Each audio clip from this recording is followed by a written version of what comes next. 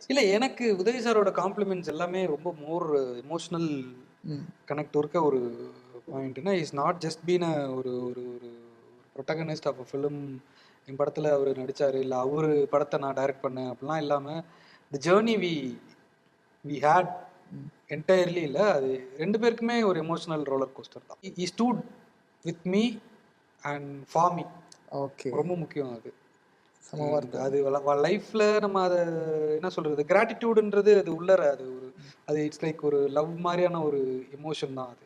So I have developed okay. That gratitude. என் கூட சேர்ந்து எனக்கானவங்களை மீட்டெடுக்கிறதுக்கான போராட்டம், அதில் அவரோட பங்களிப்பு, அவர் வந்து நின்னது, அந்த இன்னமும் எனக்கு கண்ண மூடி திறந்தா எனக்கு இட்ஸ் லைக் ஒரு ஒரு என்னோட ஓன் பிரதர் வந்து என் கூட நின்று எனக்கு நான் இருக்கேன் பார்த்துக்கலாம் அப்படின்னு சொன்ன ஃபீல் தான் இன்னமும் எனக்கு ஃபீல் ஆகுது. இல்லை எனக்கு உதய் சாரோட காம்ப்ளிமெண்ட்ஸ் எல்லாம்